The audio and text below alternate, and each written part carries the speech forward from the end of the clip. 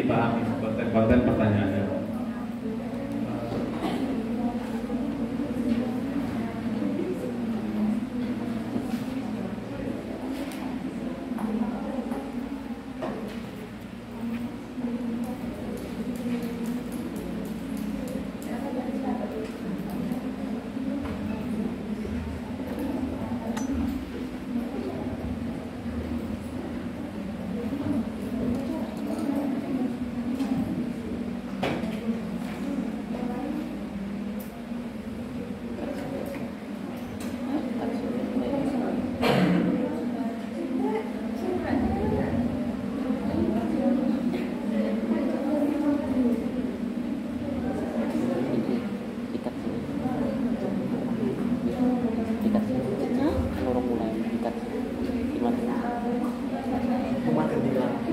Seorang perawat ya, dan mengkaji seorang warga dan melakukan wawancara yang dilakukan oleh seorang perawat di situ.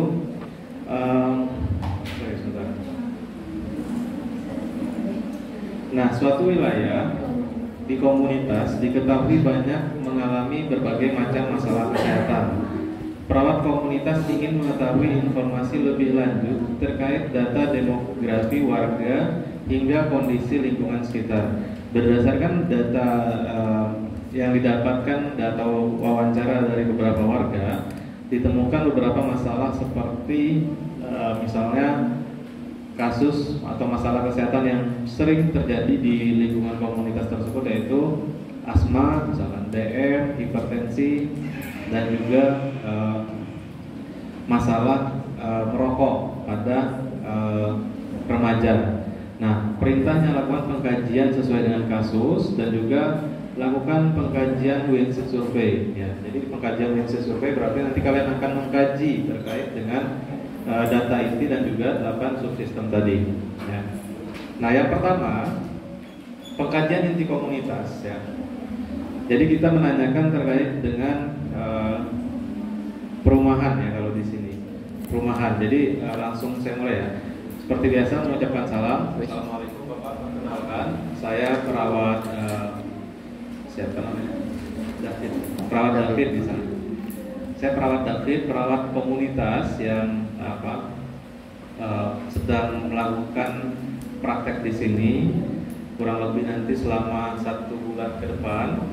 Dan di sini saya merupakan hari pertama saya melakukan praktek di komunitas, sehingga saya akan mengkaji terlebih dahulu terkait pengkajian secara keseluruhan di komunitas atau di wilayah ini untuk menegakkan suatu masalah keperawatan yang akan nanti saya analisa seperti itu.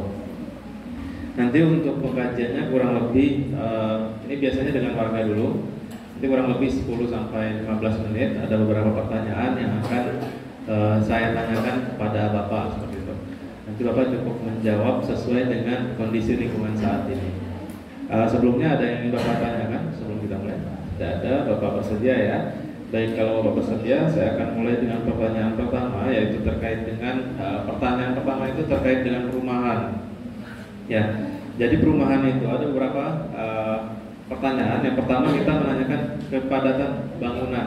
Ya, jadi kita tanyakan Bapak, kalau kalian melakukan pertanyaan itu jangan bertanya langsung.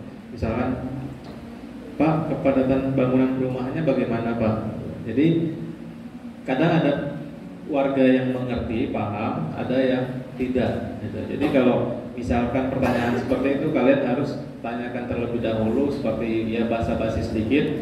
Kemudian kalian harus membuat bahasa pertanyaannya lebih mudah dipahami gitu. Misalnya perumahan di sini, Bapak, untuk kepadatan bangunan di sini itu apakah warganya atau bangunan di sini semuanya untuk rumahnya apakah jaraknya dekat atau padat atau bagaimana Pak?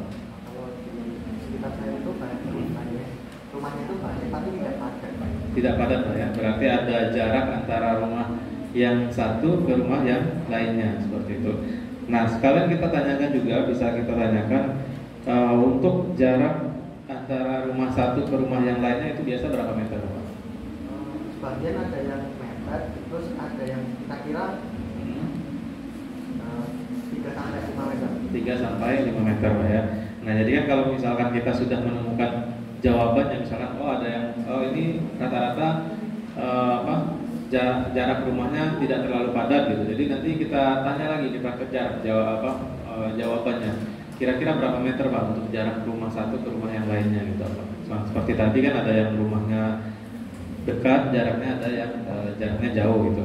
Kemudian kita tanyakan juga untuk secara keseluruhan di wilayah sini untuk jenis bangunan rumahnya itu jenis bangunannya apa Pak? Rata-rata menggunakan bata merah. Bata merah. Menggunakan batako gitu Pak ya. Jadi sebagian besar menggunakan jenis bangunan bata merah ya Pak ya. Oke. Kemudian untuk di sini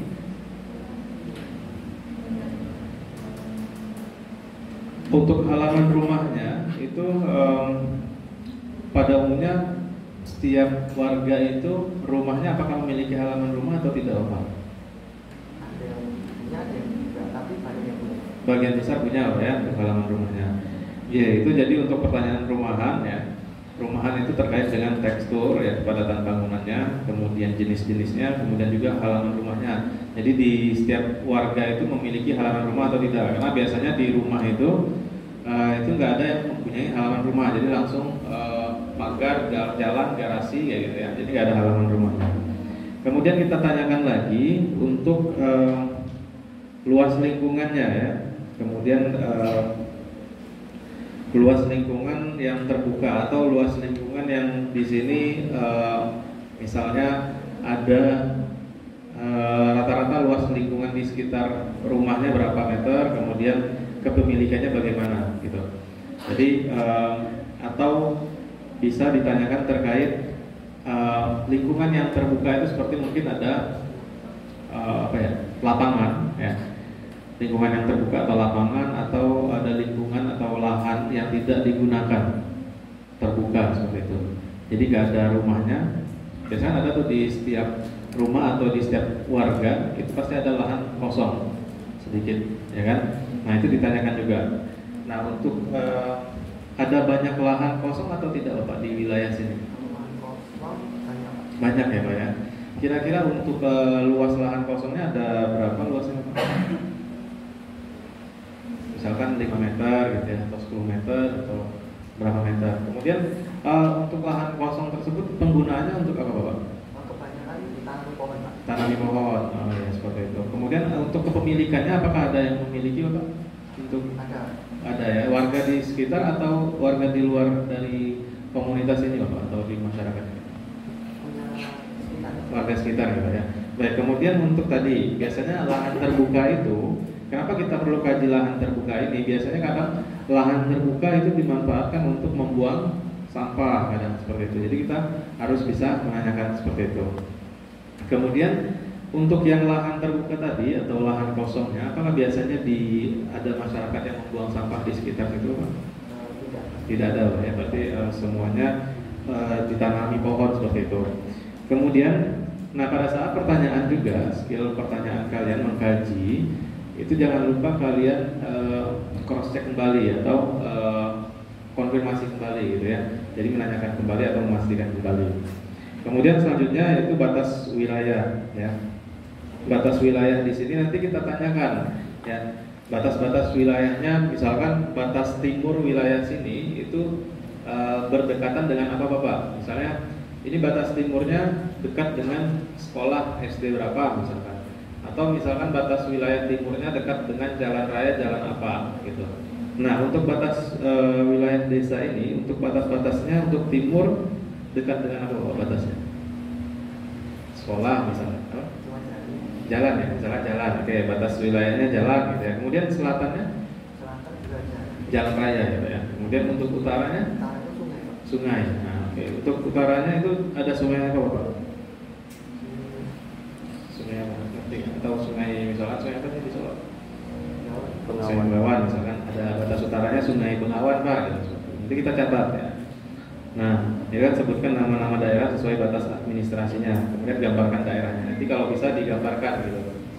Misalkan batas wilayah bagian timur digambarkan ada jalan raya apa, jalan apa disebutkan. Oke, kemudian kita lanjutkan pertanyaan selanjutnya yaitu untuk transportasi. Ya. Transportasi di sini kita tanyakan alat transportasi yang paling umum digunakan di masyarakat sekitar.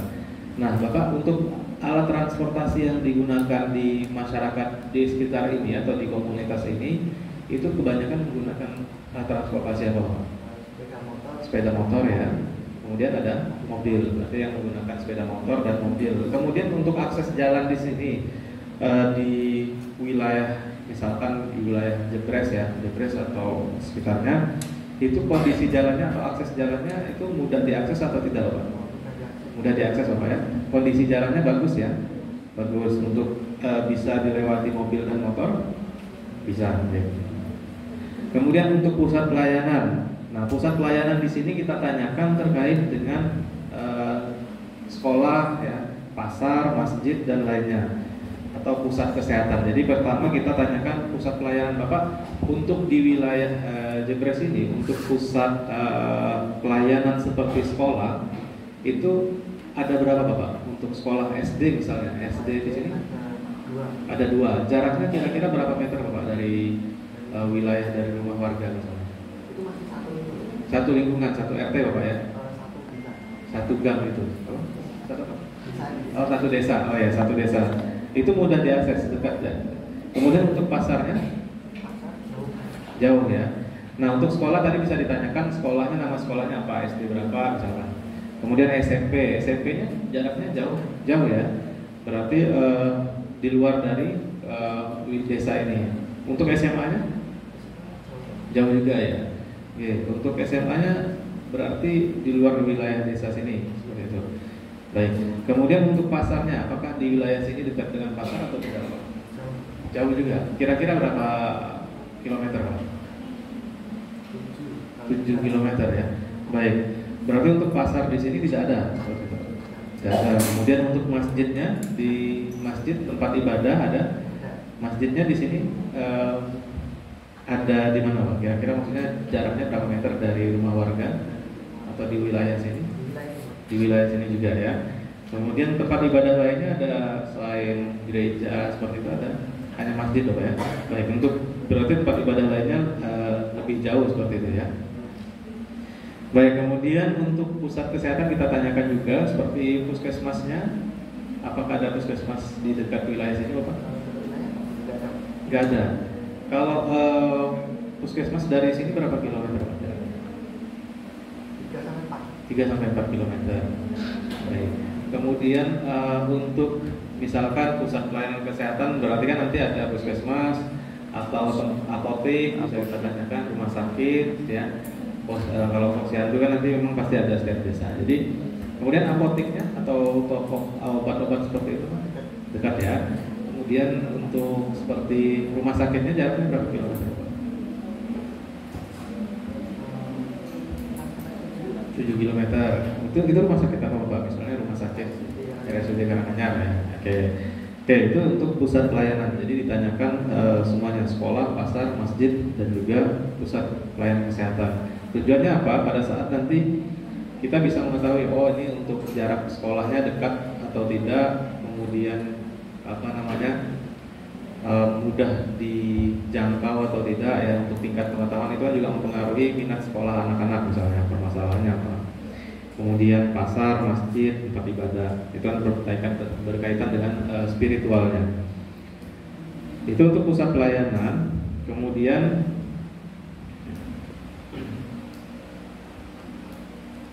kita mengkaji lagi terkait dengan kebiasaan masyarakat ya.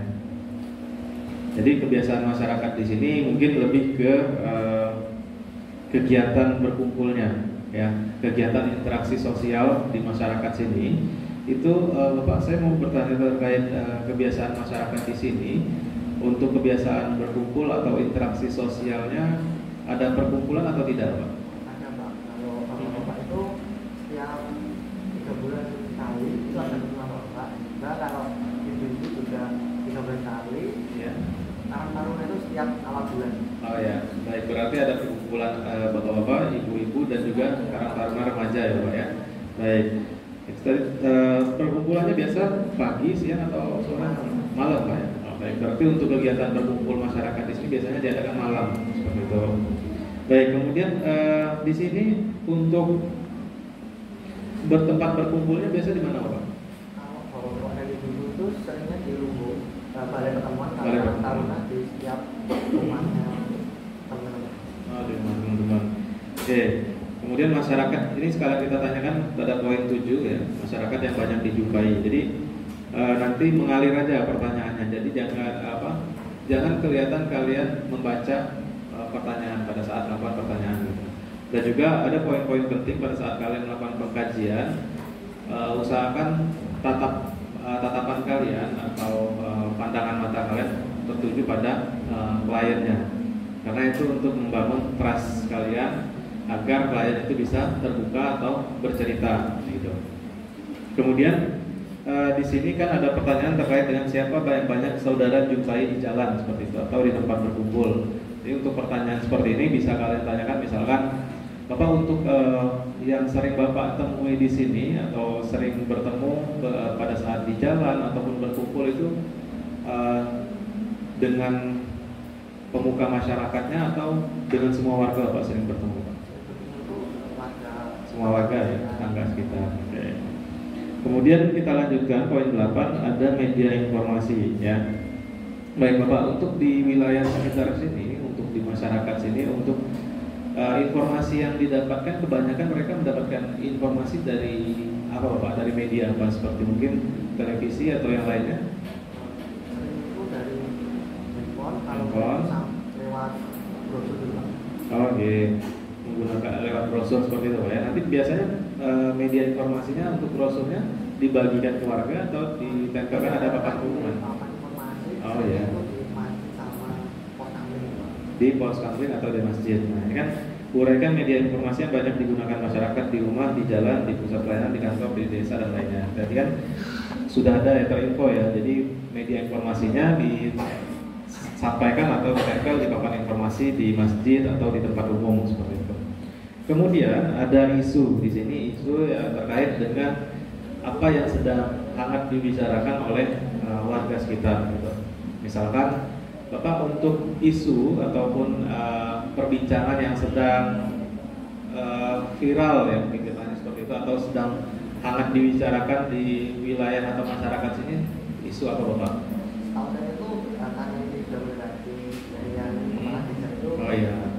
Sudah sering bicara terkait dengan pemilihan kepala desa. Betul. Ada isu lain Bapak terkait dengan kita masuk ke terkait isu kesehatan gitu ya. Bisa isu kan secara umum ini, tapi kita kejar lagi terkait dengan isu permasalahan kesehatan ada terkait membahas permasalahan kesehatan atau yang sedang dibicarakan atau misalkan ada permasalahan TB itu kan termasuk isu juga ya saat ini. Kalau sering dibicarakan itu tidak, tapi kalau mengganggu itu ada.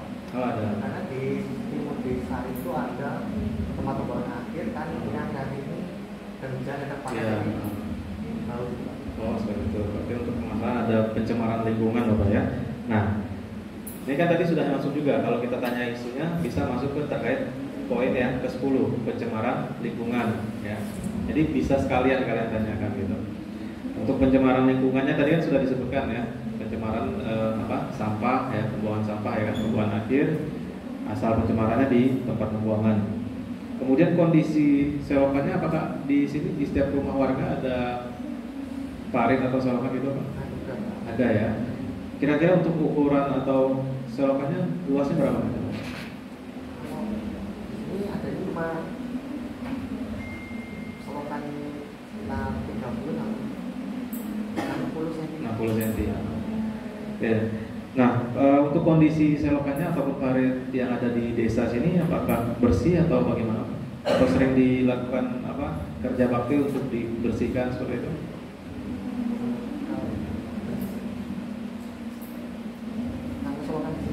Bersih ya, nggak ada sampah seperti itu ya, lancar ya untuk pembuangannya. Oke, itu untuk terkait dengan windshield survey ya. Jadi kalian melakukan pertanyaannya nanti mengalir saja apa yang disampaikan pasien atau apa yang disampaikan oleh warga ya. Misalkan dia tadi menyampaikan terkait dengan isu masalah kesehatan, masalah pencemaran, ya kita lanjutkan pertanyaannya. Jadi mengalir mengikuti jawaban kliennya gitu. Sampai sini ada yang mau ditanyakan untuk pedoman isu surveinya? Ada yang bingung? Karena di sini kan kata-katanya memang kalau dilihat itu gampang ya, karena sudah ada pertanyaannya sudah disediakan. Tapi pada saat kalian ngomong langsung dengan warga, pada saat kalian bertanya, itu pasti akan sedikit sulit karena kan kalian belum terlalu sering ketemu dengan warga atau belum sering melakukan pengkajian seperti Quincy survey ini gitu. Jadi kadang kalian melakukan pertanyaan, memang pertanyaannya sudah ada di sini. Terkadang kalian juga bingung dengan isi pertanyaan ini. Ini maksud pertanyaannya apa ya seperti itu kan? Kepadatan bangunan perumahan ini pertanyaan apa gitu kan?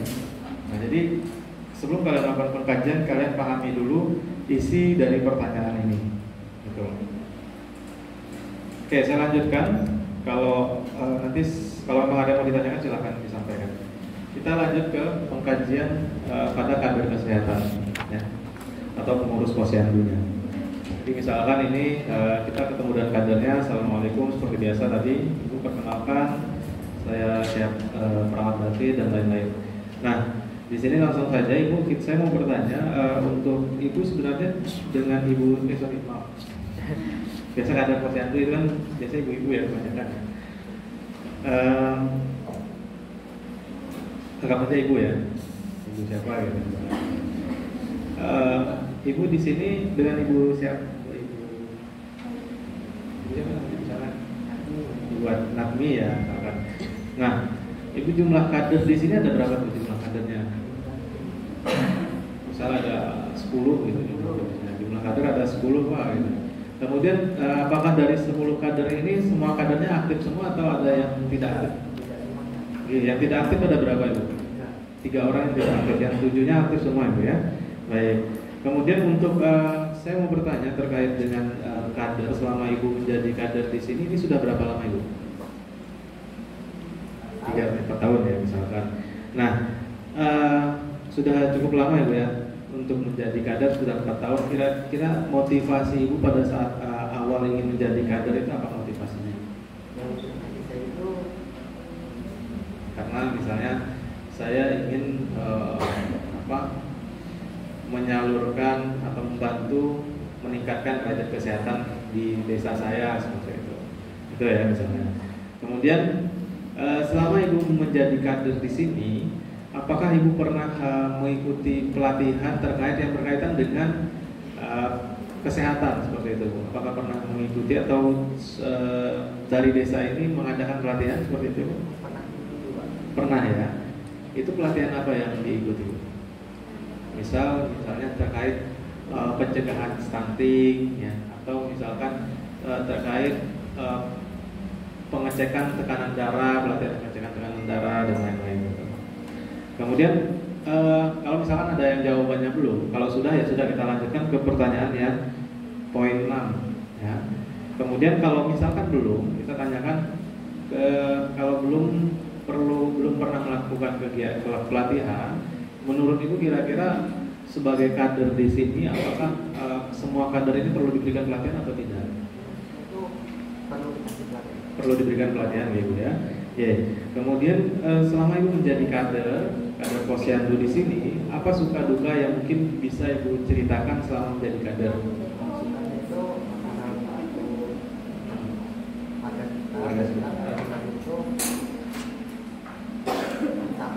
Capek ya, dukanya ya capek ya biasanya.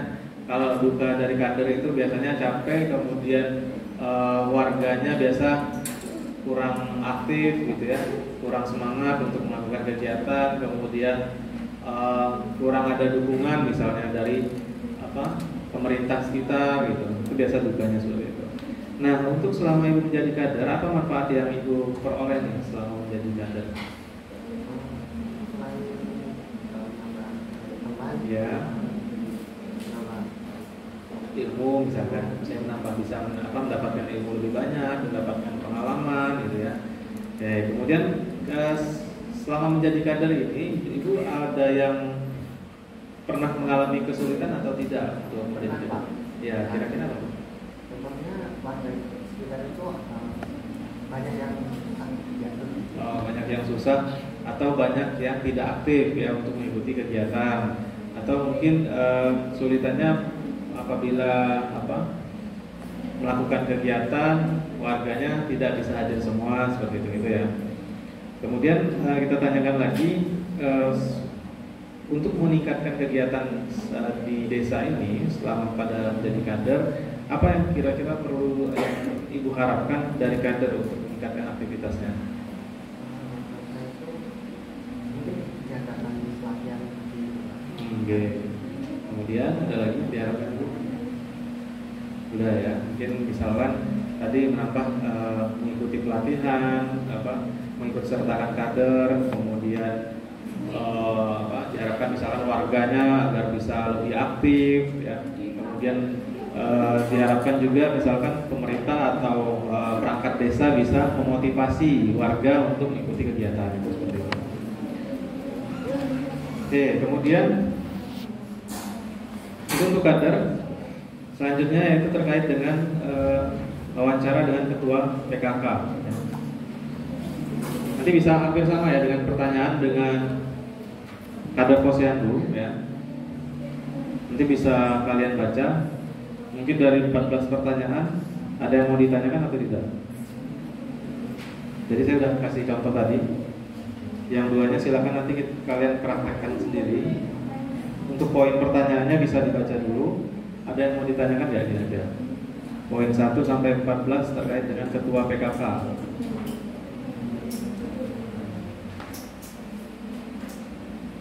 Ada yang bingung?